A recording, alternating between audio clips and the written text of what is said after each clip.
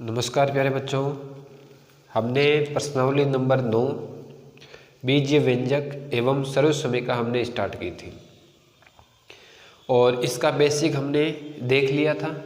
आज हम जो देखने जा रहे हैं इसका प्रश्नावली 9.1 का क्वेश्चन नंबर 1 जो आपके सामने है, हम इसको सॉल्व करेंगे। तो देखिए यहाँ पर जो बीजीय व्यंजक के बारे में हमने बेसिक पढ़ा था उसके बाद ये चीज़ें हम स्टार्ट करेंगे, क्योंकि थोड़ा बहुत जो बेसिक था ना वो हमने कंप्लीट कर लिया।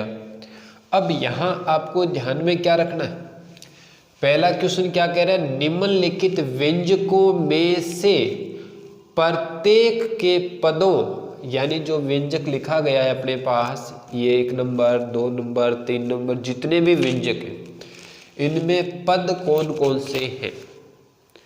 दूसरी बात, गुणांकों को पहचानिए, यानी जो है पद उसका गुणांक भी पहचानिए कि क्या इसका गुणांक है।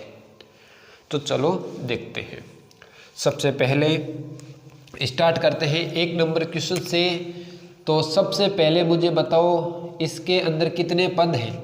देखो पद का कैसे पता चलता है, मैंने आपको बेसिक में बताया था कि जब प्लस लिखा है, प्लस से यदि पहले कुछ ना कुछ लिखा है तो 1 पद, और आगे प्लस में कुछ जोड़ के लिखा है तो 2 पद, फिर घटा के कुछ लिखा है तो ये कितने पद हो जाएंगे, 3 पद हो गए। देखो इससे पीछे आगे 1 पद 2 पद 3 पद, यानी ध्यान कैसे रखना है कि प्लस माइनस के इधर उधर जो भी टर्म लिखा है वो पद कहलाते हैं।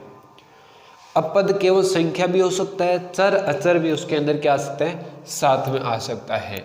तो यहाँ पर देखो पद कितना है, आपको पूछ लें कि इसमें पद कितना है, तो देखो 1 पद तो ये रहा और 1 पद ये रहा, तो कितने पद हैं, 2 पद। तो प्यारे बच्चों इसके अंदर कितना पद है, 1 पद और 1 पद और 1 पद, टोटल कितने पद हो गए, 3 पद हो गए, यानी त्रिपदी बन गए। बेसिक में देखा था ना, इसमें देखो 1 पद 2 पद 3 पद, तो ये भी क्या बन गया, त्रिपद बन गया। चलो सबसे पहले क्वेश्चन को हम सॉल्व करते हैं। तो व्यंजकों में से प्रत्येक के पद बताना है, तो चलो पद लिखता हूं मैं। पद जो लिखता हूं इसके अंदर 1 पद जो है अपने पास वो लिखा है, देखो 5x y z square,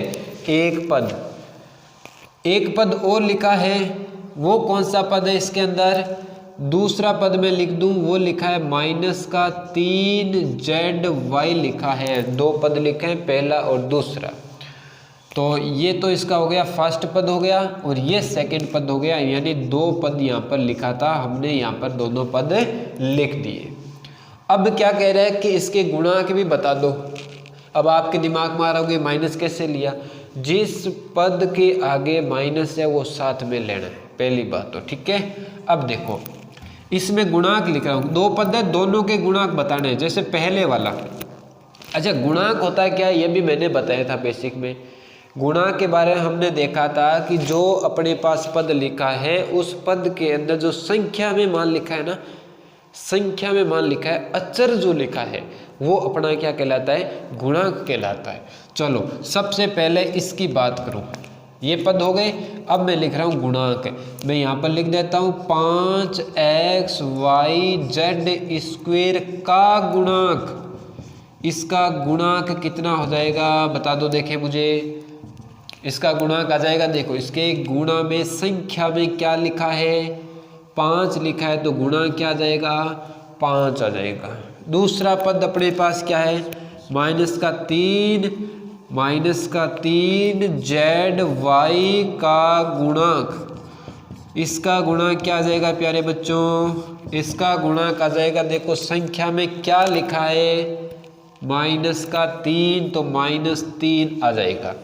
plus minus को साथ में लेना है, इसका थोड़ा सा ध्यान में रख लेना, ठीक है, चिन्ह को साथ में लेना है।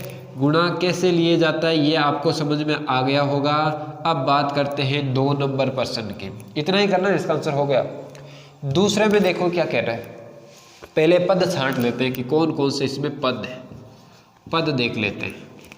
तो इसके अंदर जो पद है वो पहला पद तो 1, पहला पद 1 हो गया।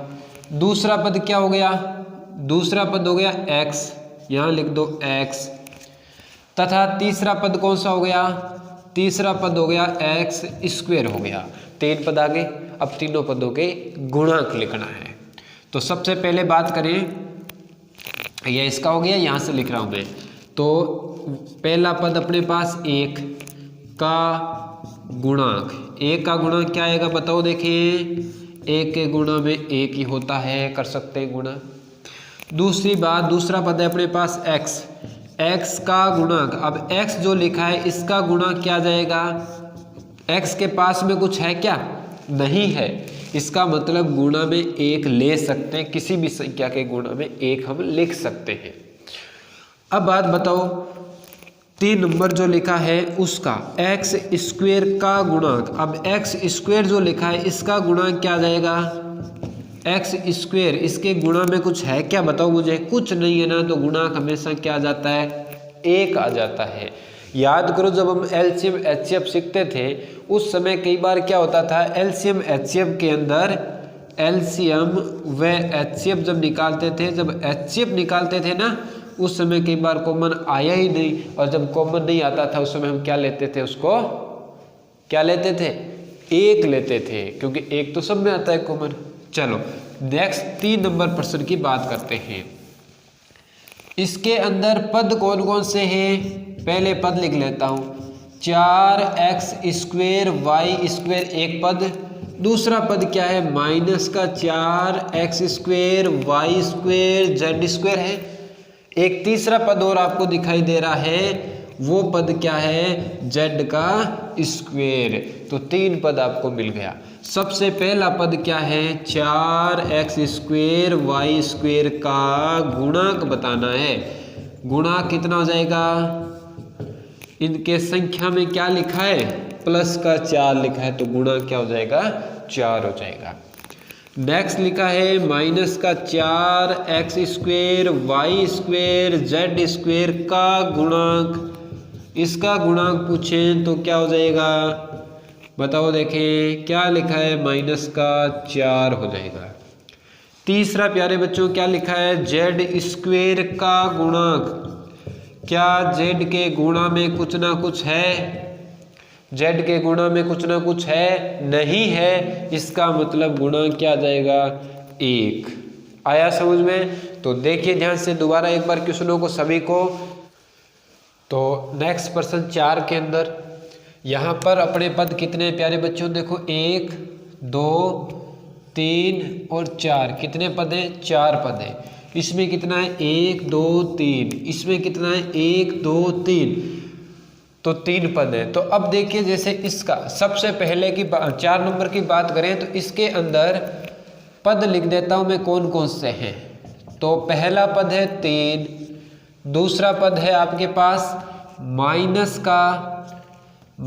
का पी क्यू, और तीसरा पद है प्लस का क्यू आर, और चौथा जो पद है वो आपके पास क्या है, माइनस का आर पी। ये पद हमने लिख दिए।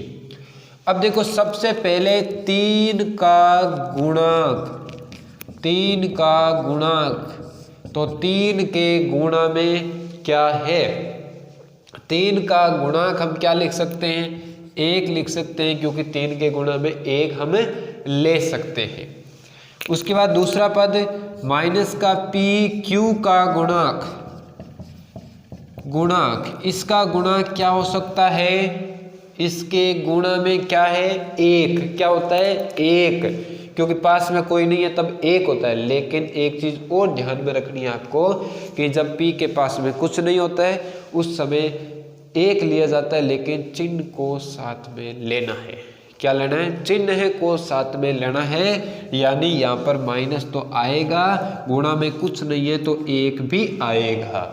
आई बात समझ में। चलो नेक्स्ट है क्यू आर का गुणांक, क्यू आर का गुणांक, ये जो क्यू आर लिखा है इसका गुणांक क्या है, क्यू आर के गुणा में कोई संख्या में है क्या, नहीं है, इसका मतलब 1, यहाँ प्लस माइनस इसका मतलब प्लस का ही आएगा, क्योंकि जब प्लस माइनस नहीं लगा होता है तो प्लस का ही होता है। अच्छा इसमें एक पद और है, माइनस का आर पी का गुणांक, आर पी का गुणांक बता दो, देखें क्या हो जाएगा। इसका गुणांक क्या हो जाएगा, इसका गुणांक इसके गुणा में क्या लिखा है माइनस, और एक होता ही होता है तो माइनस का एक आ जाएगा। चलो इस नंबर में 5 नंबर में देखते हैं। 5 नंबर के अंदर x/2 plus y/2 minus xy लिखा है। अब आप कहोगे सर ये बट्टे का आ गया, इसमें कैसे गुणा कर जाएगा। चलो देखते हैं। पहले मैं लिख देता हूँ इसके पद, क्या लिख देता हूँ पद। देखो पहला पद है x/2, दूसरा पद है y/2 तथा तीसरा पद है माइनस का xy, तीसरा पद माइनस का xy। चलो सबसे पहले x/2 का गुणांक की बात करें। x/2 का गुणांक, x/2 के गुणा में क्या लिखा है। आप कहोगे सर इसके गुणा में तो 1 लिखा होता है, तो 1 ले लो, लेकिन बट्टे में 2 भी है तो गुणा क्या जाएगा 1/2। कंफ्यूज नहीं होना है, थोड़ा सा ध्यान से देख लो। जब x/2 आए ना तो हम इसको कैसे तोड़ सकते हैं, 1/2 x भी लिख सकते हैं, आधा x, 2x 3x, जैसे 2x 3x, तो इसको आधा x भी लिख सकते हैं कि नहीं लिख सकते। वापस गुणा कर लो, x/2 आ जाएगा। इसका मतलब x के गुणा में कौन है 1/2, लिख दिया मैंने। y/2 का गुणांक सेम ही पूछ लिया, y/2 का गुणा कितना आएगा, इसके गुणा में, इसके गुणा में 1/2।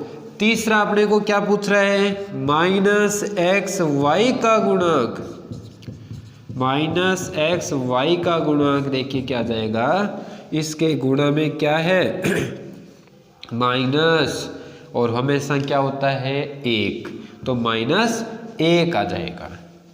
चलो बात करते हैं 6 नंबर क्वेश्चन की। तो इसमें पद कौन कौन से हैं। पहला पद 0.3a ये पद है, दूसरा पद माइनस का 0.6ab, तीसरा पद क्या है प्लस का 0.5b। ये अपने पास 3 पद क्वेश्चन में गिवन है, दिए हुए हैं। तो देखिए सबसे पहला 0.3a का गुणांक बता दो, गुणांक क्या आएगा। इसके पास में क्या लिखा है, ए के पास में 0.3 लिखा है, तो 0.3 आ जाएगा गुणांक, बिल्कुल करेक्ट है 0.3। उसके बाद दूसरा अपने पास पद क्या है, माइनस का 0.6ab का गुणांक कितना हो जाएगा प्यारे बच्चों, बता सकते हो बिल्कुल। आप इतना समझ लिया तो ये तो क्वेश्चन आराम से कर सकते हो। बताओ क्या है, माइनस का 0.6, माइनस का 0.6। तीसरा क्या है 0.5b का गुणांक, 0.5b का गुणांक आप खुद करेंगे, मुझे कमेंट बॉक्स में बताएंगे कि इसका गुणांक कितना आएगा। क्वेश्चन नंबर 6 लिख के गुणांक नाम लिख के मुझे बता देना कि हाँ सर इसका गुणांक ये आएगा। तो ये अपन ने क्वेश्चन नंबर 1 देख लिया। एक बार देख लेते हैं क्वेश्चन नंबर 1 जो है उसके अंदर, हाँ अपने क्वेश्चन 6 ही हैं, हमने कंप्लीट कर लिया। इसके बाद जो नेक्स्ट वीडियो जो आएगा उसके अंदर हम क्वेश्चन नंबर 2, क्वेश्चन नंबर 3 उनको बढ़िया तरीके से सोल्व करेंगे। तो जो बच्चे इसको देख रहे हैं ना, तो थोड़ा सा ध्यान से एक एक चीज़ को समझे, तब आपको समझ में आएगी, उसको आप बढ़िया तरीके से तैयार करेंगे। ठीक है प्यारे बच्चों, ओके नेक्स्ट क्लास में मिलेंगे।